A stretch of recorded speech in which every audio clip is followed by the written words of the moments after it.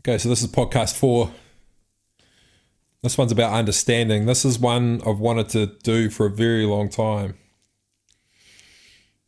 because it's absolutely crucial to every aspect of our lives, not just our own fulfillment, but, in terms of creating inner harmony, external harmony, being successful in business. It's, harmony in the home. It's the absolute key to everything, including forgiveness. And so I just want to talk about understanding. I was thinking to myself, what's a good way to encapsulate the essence of what I mean with harmony, with understanding? And I could go as far to say that understanding is the only true commodity. It's the only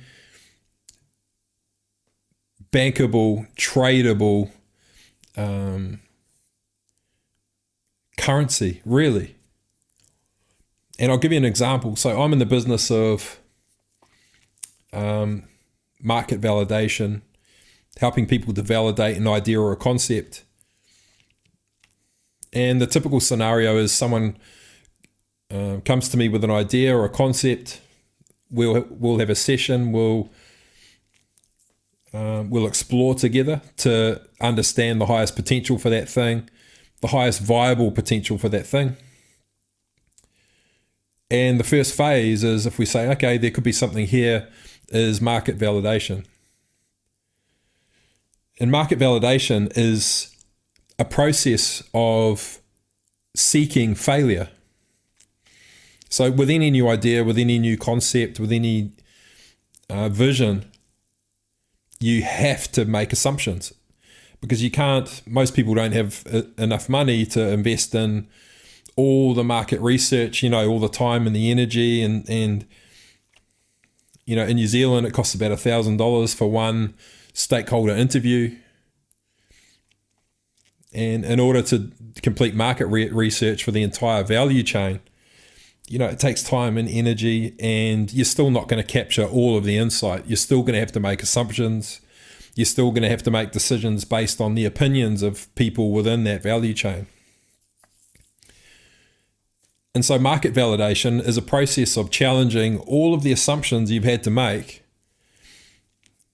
on what your ideal client needs and wants, what the obstacles and barriers are preventing them from accessing what they need and want. Understanding, reconciling the differences between what they think they want and what they actually need. And in many cases, I can tell you from personal experience, the first thing you go live with that you present. So you begin promoting yourself, trying to get traction. The very first thing that you go present always fails, always, because all of your assumptions are bundled up in it. And so what you do is you methodically begin challenging those assumptions. So this is version 1 of what I believe is the most viable concept, business model, product, and you promote it, you advertise it, you invest in advertising, starting small. Am I generating traffic? No. So, okay, I challenge another assumption. What's another assumption I've made? Okay, tweak that. Here's a new assumption. Generate more traffic. Did I get traction? No. And you slowly but methodically, continually challenge all of the assumptions that you've made, that from where you began to where you are now. And every time, without fail, every time, you will eventually get traction. First of all, the traction will start in the terms of the traffic. All of a sudden, you'll challenge an assumption, in the advertising, and you start getting traffic. And so then you go, okay, I'm generating traffic now, but is the reason that they've clicked on that link in the advertisement, is that being met by the content on the website they're landing on the page? And so then you start doing the same thing again. You start challenging all the assumptions you've made on the page as to what they need to recognize, realize, understand, and be ready to do. So the process again and again and again, continually failing, continually challenging your assumptions. Now, what people don't realize is that this process is a process of understanding the truth of who your customer is, what they need, what they want, what they need to learn. What are the real obstacles and barriers preventing them from solving the problem? Is the barrier in their understanding? Do they need more education? Is the barrier fear? How can I negate that fear? Do I even really understand the problem I'm trying to solve? Is this person actually trying to get relief from the symptom of the problem they're trying to solve rather than actually have the courage to solve it at the root cause? There are so many different aspects to it. And so it's all a process of understanding. And so, but when you look at this entire process of market validation is a process of challenging all of your assumptions in a mindset of being prepared for all of them to be wrong. Now, if you bring this into your daily life, how many aspects of your life are you prepared to challenge your assumptions that you have to make on a daily basis? How many assumptions do we make on a daily basis? I mean, think about the scenario of walking down the street. There's a homeless person on the side of the road, holding out their hat, and you look over and they've got a cell phone and a dog. So what assumptions are you going to make about that person? Are you prepared to have those assumptions challenged? Or are you going to decide that they've got enough money for a cell phone, they've got enough money to keep a dog alive, I'm actually going to keep my money in my pocket because they don't need it as badly as someone else? Or if they can get enough money to keep a dog alive, then they can get a job or whatever it may be. But my point is, we make assumptions in absolutely every aspect of our lives, but very few of us proactively challenge those assumptions in order to reveal the absolute truth, to gain total understanding. And this is the thing. Everyone on the planet is following their nature in every moment. Every thought they're having, every feeling, every impulse is arising because of the nature of their existence. The DNA they're born into this world with. And, science has already proven this, that you carry the assumptions that your ancestors made about the lives they lived. You carry the perception of your ancestors in your DNA. And so when you're born into this world carrying, God knows how many assumptions. You're carrying all the assumptions of everyone who came before you in your lineage. And, we know biologically that perception changes your genes. That's how it works.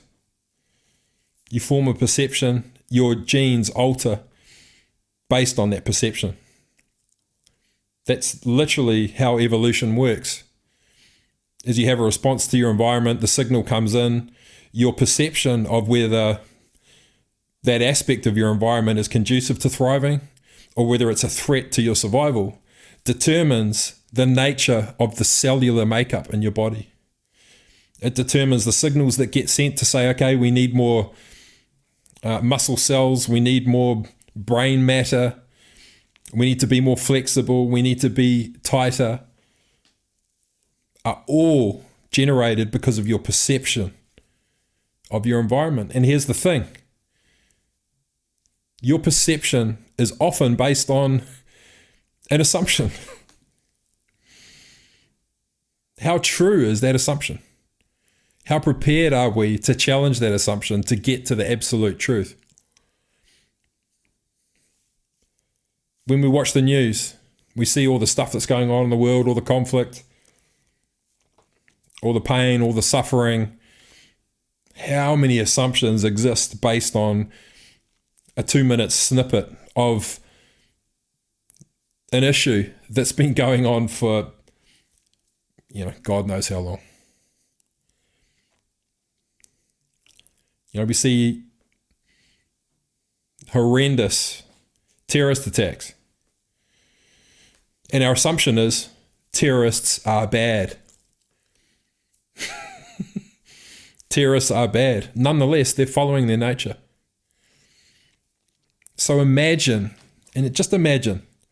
these terrorists are following their nature.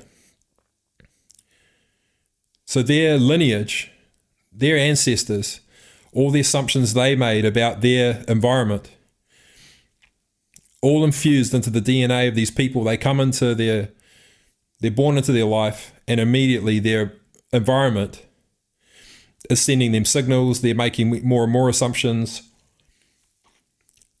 and their nature arises. It's like a vicious cycle. And whether we like it or not, the nature of a terrorist has arisen because it is of nature. And probably because of thousands upon thousands of assumptions that were made through generations of time that were never challenged to the point where the truth was revealed and therefore understood. Understanding is the only truth. It's the only truth.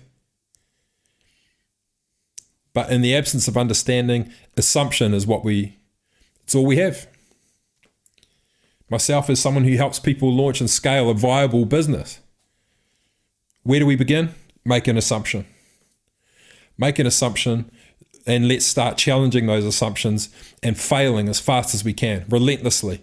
Letting go of all of those assumptions as quickly as we can in favor of the emerging truth. This is a commitment to allowing the truth to arise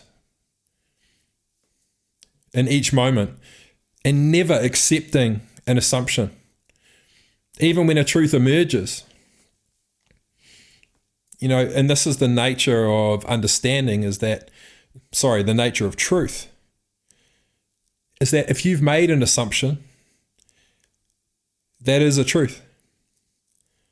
The truth is in this moment that I believe this based on an assumption. My truth in this moment is that this is what I believe based on an assumption. It's still your truth.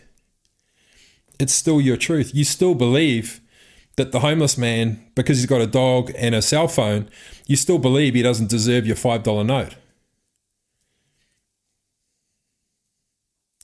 Understanding why he's in that position would completely annihilate that perception. It would totally shatter whatever assumption you've made about that person. Because regardless of the reasons why they're there, they are there because of their nature. They're there because of the generational assumptions that have been made within their lineage. They're there because of the assumptions that they've made based on the environment that they live in right now and that they've been exposed to. Their nature is always arising and assumptions are always being made. So what does this mean? Well, let's look at, if you were to apply this level of understanding to one thing, it would be to forgiveness. Because in this context, there is no scenario where you are unable to forgive something. Any resentment you might hold towards someone, no matter how bad you feel done by someone, how badly done by you feel, no matter what seeming wrong may have been done by someone else to you, to someone that you love, and it could have been really, really atrocious. And I know some people will be listening to this going, there's no way I could forgive this person for what they did to my family or to me, and believe me, I get it. I get it.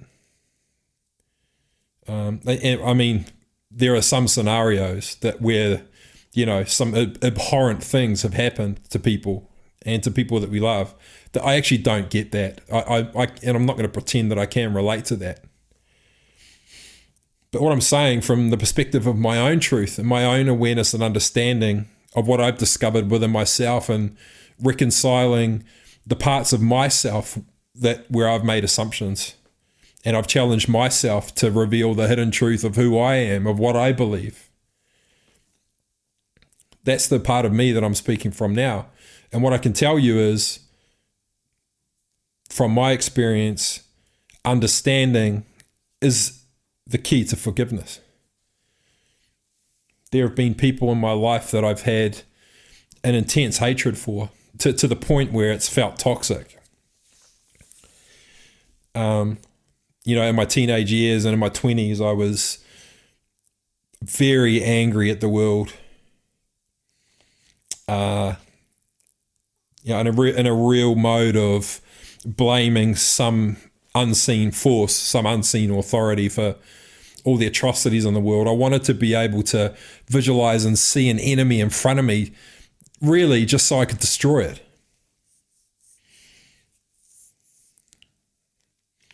Someone is to blame for all the hunger. Someone is to blame for the fact that Monsanto exists.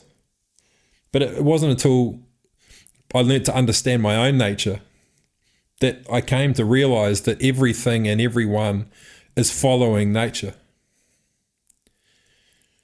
Everything. Absolutely everything. And everything, by everything, I mean everyone.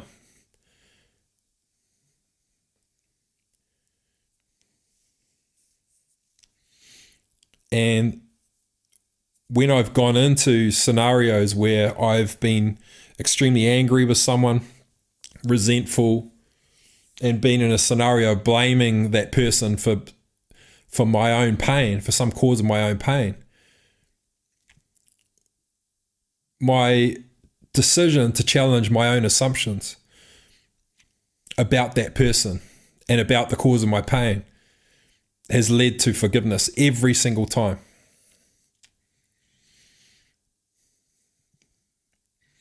And, I know within myself that the brightest light is contained within the darkest shadows. And if we're prepared to move towards the shadows and right into the middle of them to understand the truth and the essence of the darkest shadows, they reveal the brightest light without failure.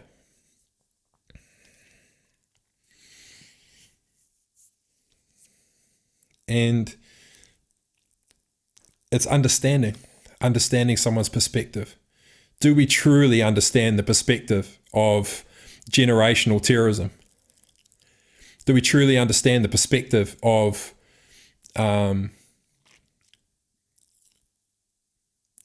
people who walk into a high school and just empty bullets into people?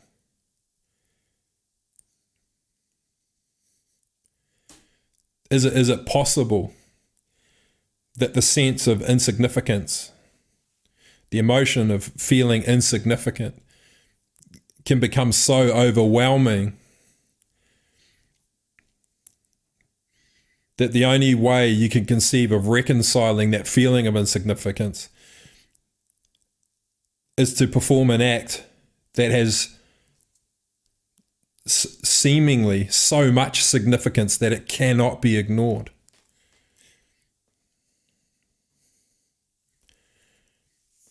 Nature arises. Nature arises. And the reality that I've come to know about myself is that I've felt insignificant.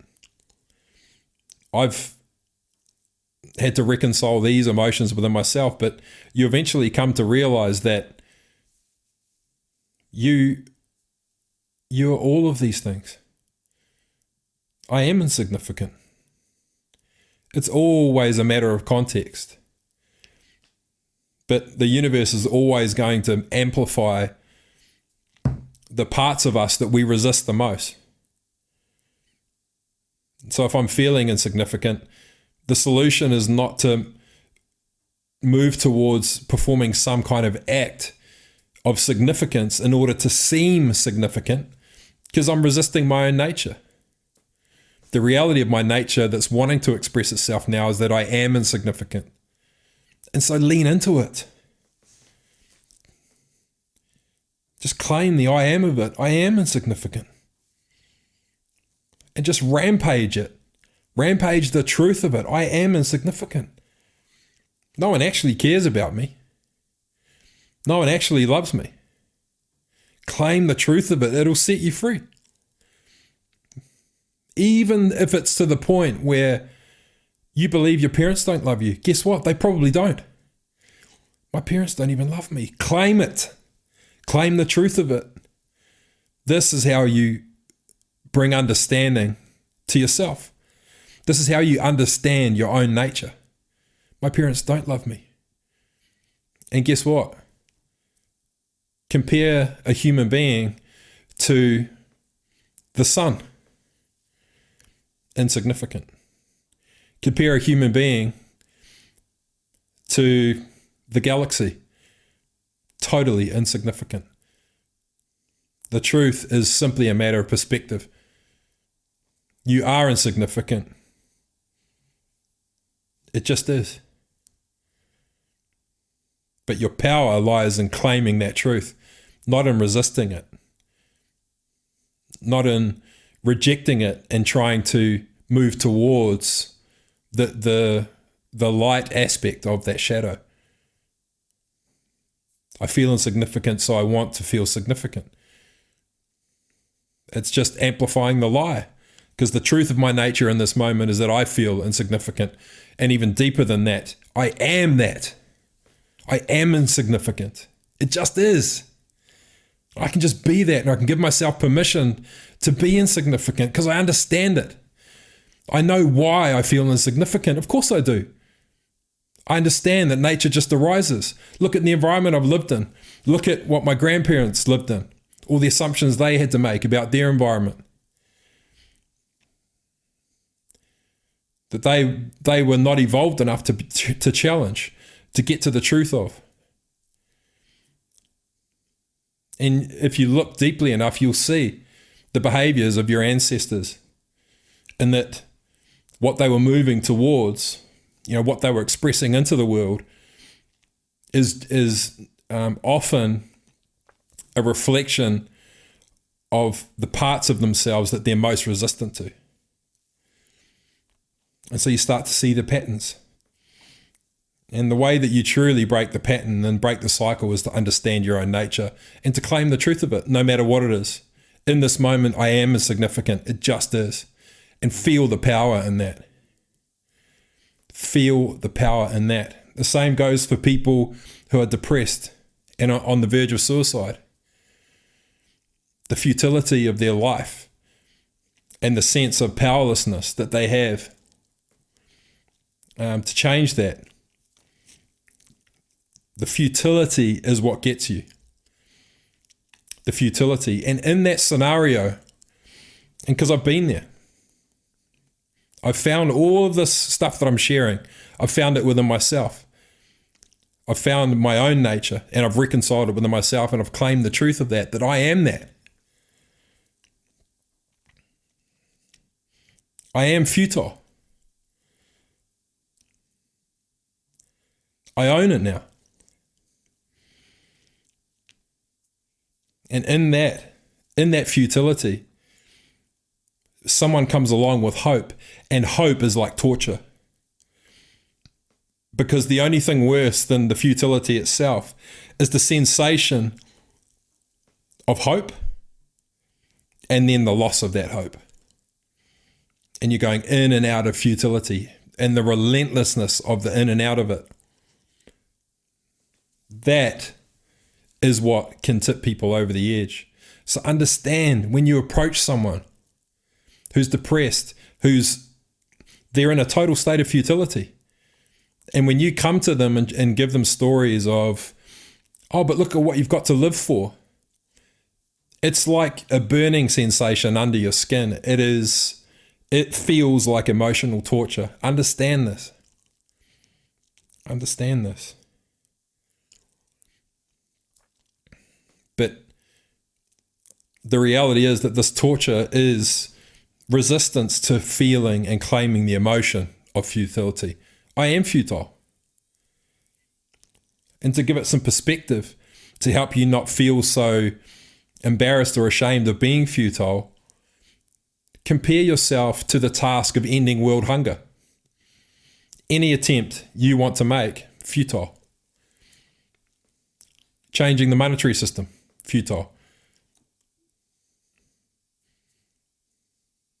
Changing the way we govern ourselves, futile.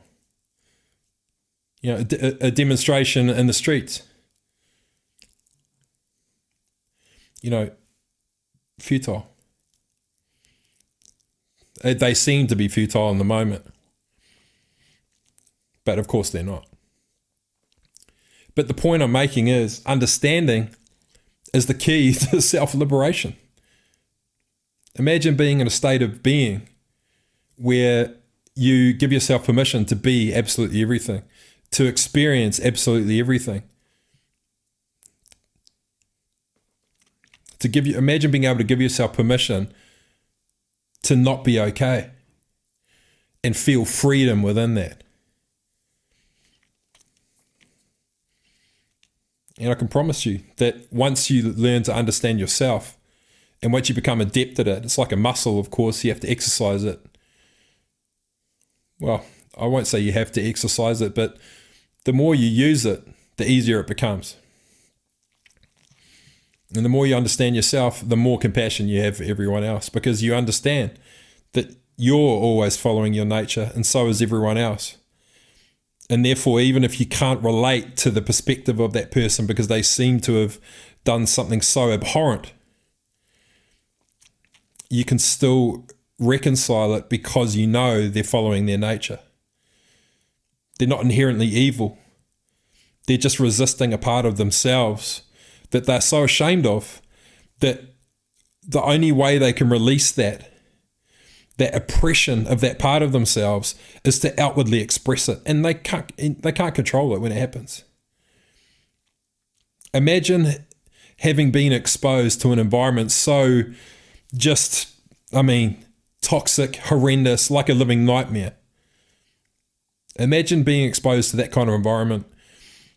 Likely your ancestors will have been exposed to similar environments. And then imagine the rage building up within you. Imagine the thoughts that you're having of wanting to, destroy yourself, destroy the people who are hurting you.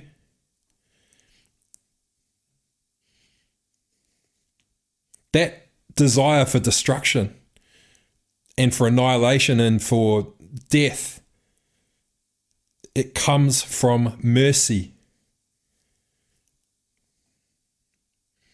Because mercy is an authentic emotion that arises when suffering exists.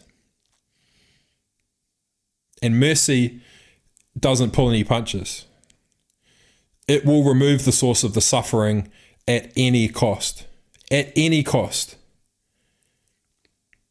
And that includes your perceived or even your assumed source of that suffering. And so in this, you can look at all of the atrocities that happen in the world as an act of self-mercy. You're always removing or setting out to destroy the source of your suffering. If you believe the source of your suffering is Monsanto, you have an authentic desire to annihilate it. If you feel that the source of your suffering is your parents, same thing. If you feel the source of your suffering is the people at your school, your schoolmates, your teachers, your desire to annihilate them is an act of mercy to end your own suffering. Understand this. This is an emotion that arises naturally. And so until we can all get on the same page with this and understand that when we see people in pain, when we see them suffering, know what the potential act of mercy could hold. You know, some people who have intense love for other people, you know, borderline obsession for them, sometimes they can, if that relationship breaks, the suffering can be so great that that person wants to annihilate their ex-partner because they perceive them to be the source of the suffering.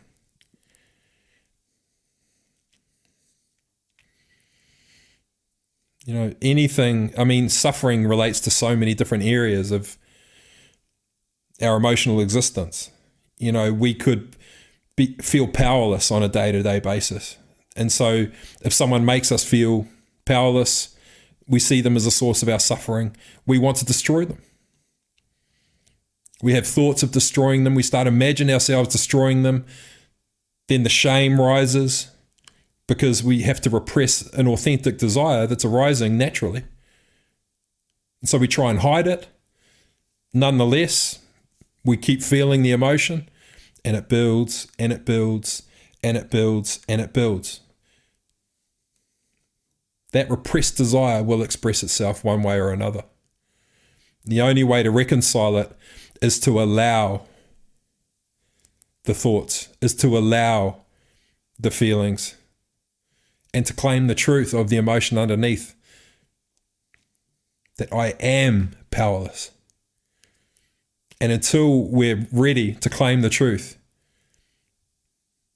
that we're trying to resist, there's no other way to reconcile it. There'll just be constant thoughts trying to show you that you're powerless. The universe around you will seem antagonistic, or the people around you are trying to make you feel powerless. You're being bullied at work. Every part of your life is mirroring to you how powerless you are. And you're resisting it relentlessly. Always seeking to feel powerful. Always seeking to level the playing field when you see powerful people. But your power lies within the powerlessness. Your brightest light is contained within your darkest shadows.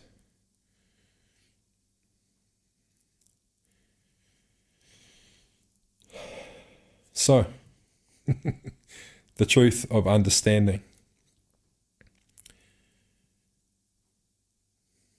I would say, so in a business context, obviously you can see its merit. You challenge your assumptions until you understand the truth. Obviously the same with ourselves, with our emotions, with forgiveness. Understanding is the only way to create true harmony, internally or externally. And my hope is that someday, well, if I'm totally honest, my hope is that starting right now, that this concept of a state of being of continually challenging our assumptions about ourselves, about the people around us, about our nature, about the nature of our reality, that's our new way of being, that we bring that into every aspect of our society. We bring it into our homes, we bring it into our workplaces, into our organizations, into our communities, and that becomes our new culture. That we're now choosing to live in a culture of perpetually challenging our assumptions so that we're always working with the truth, our truth in that moment. And if we can do this at an individual level, we can begin to do it at a collective level. And we'll begin to understand each other, truly understand each other. And understand that what we actually want is we want to influence our environment in ways that are conducive to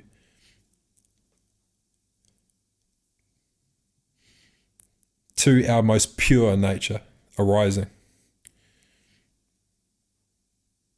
so that we can realize our highest potential together.